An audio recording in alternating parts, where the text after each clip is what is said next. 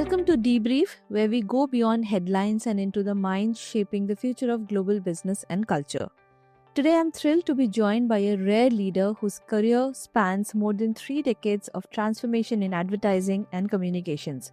Someone who has helped reimagine what agencies do and how they deliver value in an age of flux. He's a graduate of HSC Paris who started in the creative trenches back in 1991 with WCRS in London and joined Havas in 1993, long before integration became a buzzword and a differentiator. Over the years, he has led international businesses, driven major acquisitions, doubled revenues in key markets, and redefined organizational models to meet the needs of a digital-first world. He has been named Industry Leader of the Year, guided agencies through generational shifts, and today holds dual global roles at Havas as Global Chief Client Officer and Global Chief Integration Officer, shaping the future of one of the world's largest communication networks. He is also the President of European Association of Communication of Agencies, with a role to define and valorize the industry, especially with EU policymakers, clients, and talent. Ladies and gentlemen, please welcome Christian de la Villehuchet, a strategist, a builder, an advocate for creativity, and a champion of unified thinking in an ever-fragmenting industry. Christian, welcome to Debrief. Thank you very much, Pritha. Very pleased to be with you. So, let's begin. You began your career at WCRS in the early 90s, a seminal time for creative advertising. What initially drew you to this world, and looking back, what was the defining moment that set the tone for your career? I think I always loved looking at what people had in their mind. I loved research. I loved polls and analysis, and I thought it would be a good industry to actually observe people and basically act on their insight and their behaviors. And I started actually in the industry at Henkel, and very early in my career, my boss told me, Christian, I'm not paying you to have ideas. I'm paying you to execute our ideas. And I thought, I have ideas. I don't want to be paid just to execute the ideas of others. So I switched into the advertising industry rather than in the advertisers industry. So when you joined Havas in 1993, it was Euro RSCG, a very different network from the today's integrated world that we see. Can you share an anecdote from those early days that still influences how you think about client work or agency culture? I was brought in URCG as an account director on Philips. And the day I arrived at the agency, we were on pitch. So we had to pitch for the whole European business of Philips. It was not at all what I was expecting. We did a brilliant pitch, and we came with a campaign, Philips Invents, Tomorrow Begins. And I remember we presented to the CEO of Philips, and one of the managing director of a country questioned our strategy, and the CEO of Philips said, I'm surprised that URCG believes more in the future of the company, because it was a commitment to the future, than yourself. And I thought, wow, we are an industry that actually can really be influential to the future of the company and speak at CEO level. And at that time, I think we were a bit bolder and a bit more confident as to our ability to really have an impact on future of businesses and on CEO's agenda. Okay. Now, across markets like Belgium, Benelux, Europe, and now global leadership, you've seen very different ways of operating. What's that one lesson about leadership you picked up from working across these diverse markets? It's basically lead people to act with courage and to understand that it's all about changes. Whether you're an agency CEO, a network CEO, a global manager, our industry is about talent. And sometimes we're a bit fearing the change. And I think the most important quality a leader has is to enable his talent to embrace change and to have the courage. Okay. Now you've worked very closely on the whole integration model, and you've championed the Havas's integrated village model. breaking down silos between media, creative, health, tech, data, and so on. Take us through the strategic idea behind that and how has it evolved today in today's Converged.AI operating system?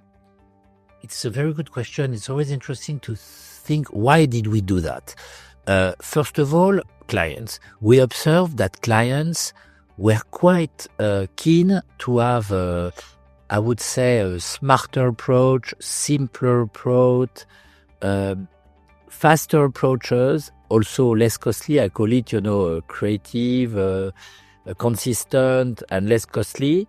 And that if we were more integrated, bringing together our discipline, maybe we could be an answer to those needs. And the second observation is we were the smallest.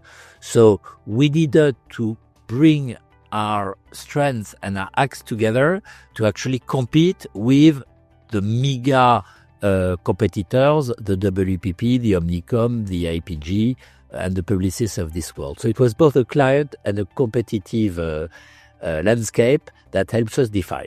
Of course, we created the village model with something very different because we are the only brand with facing the client world. All our competitors are holding. We are not a holding. We are a client brand. We were united by physical villages, ability to be all together, but it's beyond architecture and beyond structure. It's a question of culture. Behaving in the same motto, making a meaningful difference to brands and people, so meaningfulness. And to your question, how it has evolved, we said all of that is good, but we need to make sure that people speak the same language, act the same way, operate under the same process. So we developed the Converged operating model. If you want, it's an OS, like in your iPhone. You have an operating system that ensures that all the apps work in exactly the same way. We have accelerated on integration to ensure that all the discipline, all the agencies, all the activity converge in developing together holistic solutions to our clients' problem. Now, while integration sounds quite technical, the way you were explaining, but at the heart, it's about people and culture. So how do you keep the human element alive while driving operational transformation at scale? Well, first of all, by our value, we are intrinsically an entrepreneurial organization. We are family owned. We are run by an entrepreneur. So for us, it's first people and human ingenuity beyond anything else, beyond data, beyond tech, beyond AI. Second thought, I would say people love integration because, they are paid to work in an agency, in a discipline, and from time to time, they get together with other people from other discipline, from other agency. So they love the challenge. It, puts them away, I would say, from their day-to-day routine. And we have no difficulties in bringing people together. All the contrary, sometimes people tell us, make the village an even stronger reality. Okay. Now, in an era where traditional media, digital transformation, and AI are colliding, how does Havas stay ahead of disruption without losing the essence of creativity? Well, by not forgetting why our industry exists and why we are here. It's always important not to forget the reason you exist as an industry. We exist to build brands. We exist to create brand soul. We exist to make brands sustainable. Our clients are fantastic at developing products and we turn them into brands. This is why our industry exists. If you work in the car industry, people talk to you about cars. They sometimes talk to you about dealerships, but first and foremost, they talk about cars. Our job is to create and to make these ideas connect. We have two things to do. We have to touch people, and once we have touched them through their brains or through their heart or through their stomach, we have to reach out to them. Those are the two only things we need to do. Data, tech, AI are enablers, but they are not the end of why we're doing what we do. So for us, it's super important to keep and to nurture creativity while embracing all the technicalities, all the data, all the tech, as we've embraced radio and TV and digital and social, and now tech, data, and AI. It's an additional innovation, as we've always lived through all these innovations. Now, Havas's listing on Euronext represents a major strategic milestone. How has it unlocked opportunities for us? Well, being listed is very good because you are compared in a total transparent way to your competitors. You're compared on growth, you're compared on new business, you're compared on compensation ratio, the cost of people, you're compared on profitability. So it's like when you enter a race in a tennis match, you usually play better than when it's just with friends and family for fun.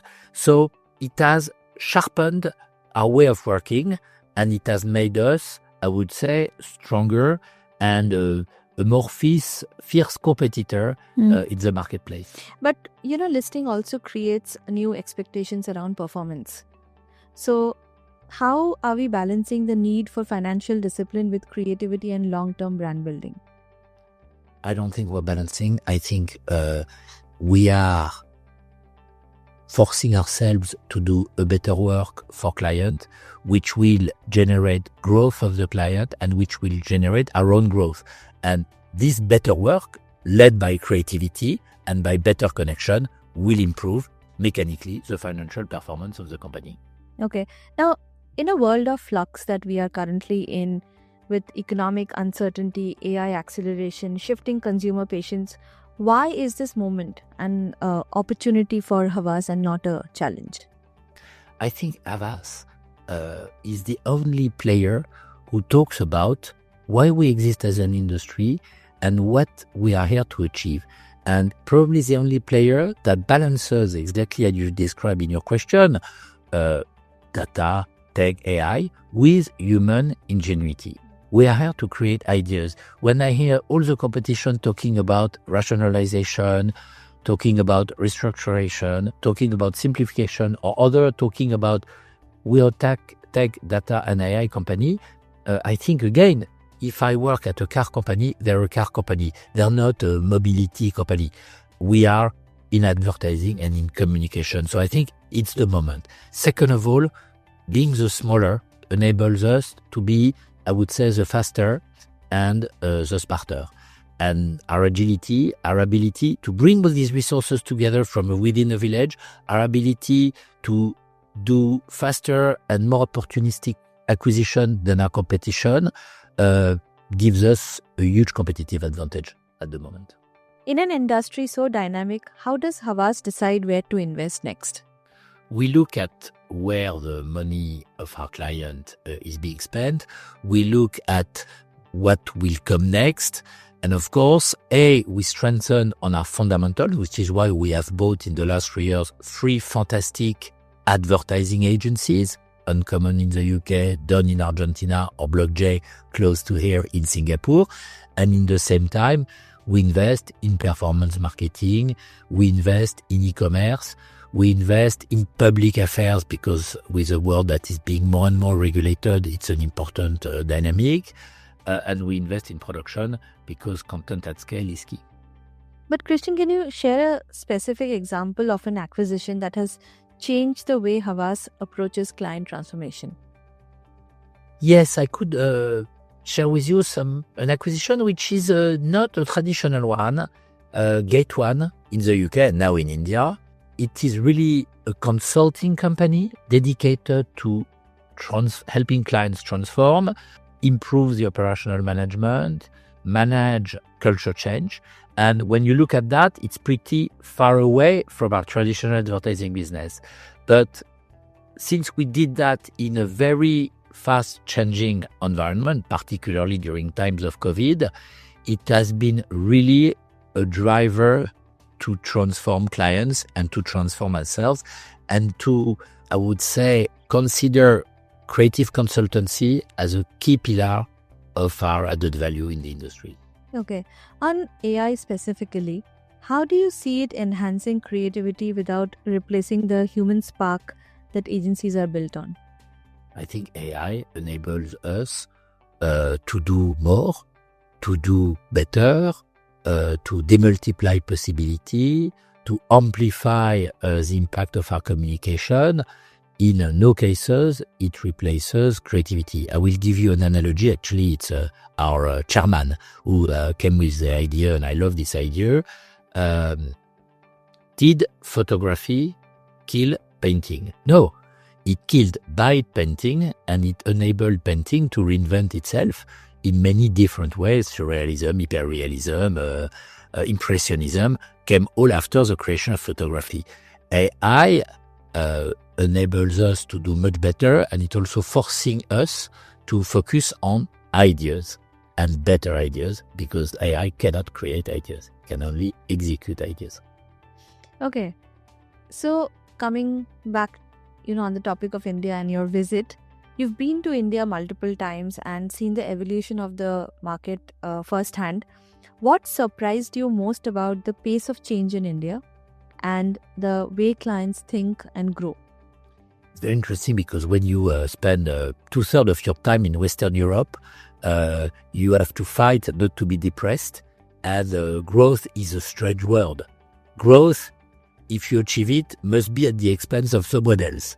Here, it's a natural thing to grow. Your population is growing, your purchasing power is growing, the whole world invests in India, and therefore the approach to growth is completely different. There is optimism, there is risk-taking, the sky is the limit. And I think that sets completely different, I would say, environment for clients to work and for clients and agency to collaborate. And for me, every time I come, I don't see the pace of change diminishing 1 second, and I only see the optimism fueled also by confidence, or the other way around, I don't know. That is in each and every one of you. From your global vantage point, what does India represent in terms of growth potential for Havas? Well, India, first of all, is the biggest country in terms of population. I was there the day 3.5 years ago where you actually overpassed China. I was there that very first day. I remember all my life. It's the second market if you look at the middle class, just after China. It is, the country which has grown the most in percentage terms for Havas. And it's, economically speaking, of course, one of the areas where we can expect the growth to come. But beyond that, it's the same culture and the same civilization. And we talked historically about the Indo-European population, not by chance. It's the same population that from somewhere, funny enough, around Ukraine, moved west to Europe and east to India and all the countries around you. The same population, and therefore it's super important for us who are a European-originated network to have closer links to India. By chance, I happened to be in India the day at the week Macron is invited. I could see on the way to go to the agency all these billboards welcoming Macron. I feel very proud, not that France is honored, but that France and India are so close together. So it's not only an economical story. It's also an emotional and a cultural story. We need to be closer and closer to India. That's where the future of the civilization, I think, is for me. How do you ensure that global strategy honors local market needs, especially in culturally rich and diverse market like India? Because it's in our DNA. We are not an American dominant, an Anglo-Saxon dominant network, which was created 1 century ago in New York or in London, and believes that the truth only comes from New York or London. We are a little French operator, bought companies everywhere in the world, and recognize that the truth comes from Mumbai, Lisbon, Paris, Reykjavik, everywhere in the world, and therefore we love multiculturality, and our business is a reflection of that. More than 50% of our business is locally driven and therefore needs to be driven by local entrepreneurs and local managers. Tell us about your role as the president of the European Association of Communication of Agencies. So the European Association of Communication Agencies is the largest industry association in the world, federating 33 local associations, plus the big networks, plus the big media network, plus the big health and integrated network. And its role is to defend and valorize the industry, and its role is to enable each of its members to thrive in their competitive marketplace. It's an association where, and with the chief integration officer, it matters for me, where together we thrive. Together we are stronger than isolated. Super important. And our battles are to valorize the industry with our clients, to ensure trust is there, to ensure pitch management is better managed, actually, to ensure that we are better paid and more paid on our value than on the time we spend. But our battle is also with EU policymakers in a very regulated world to ensure that the regulation doesn't harm brands, doesn't prevent consumers from accessing to brands and consumption, and doesn't harm the industry. And of course, our battle is also to convince the new generation that our industry is worth it to attract young talents. Lots of battles in that job. Looking ahead 5 to 10 years from now, what do you think will define leadership in communication, and what must agencies do differently? I think agency must fight to be paid on the value they create. We are the only industry who is paid on the time we spend. When you go to the cinema and you buy a ticket, you don't buy it on the time which has been spent by the actors and by the director. You buy it on the value that the film is creating. And I could take so many examples. When you buy a car, you buy it on the imagery value of the car, not on the time it has cost to build the car.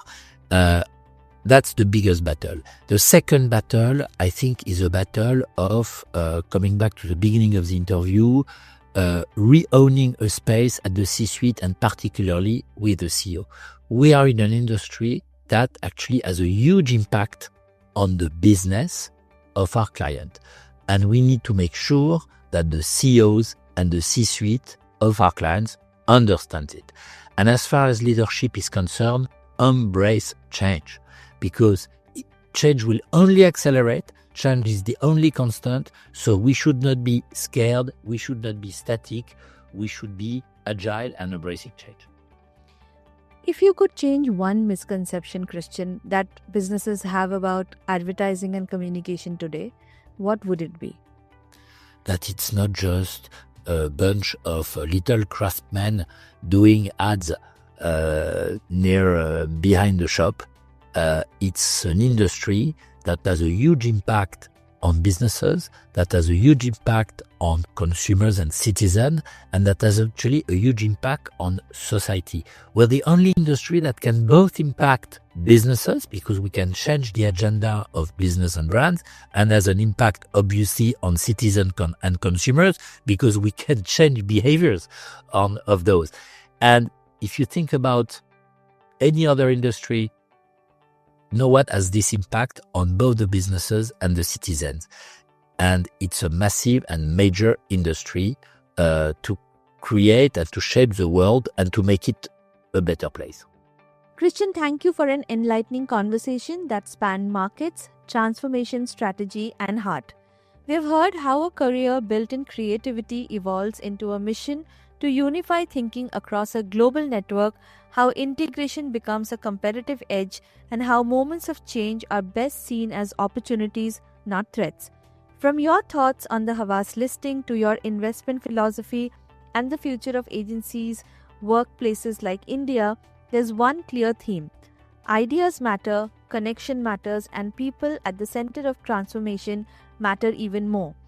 For our audience, whether you're a client navigating change, a leader shaping culture, or a creator pushing boundaries, today's conversation with Christian shows that integration is not just about business structures, it's about integrated thinking that drives impact.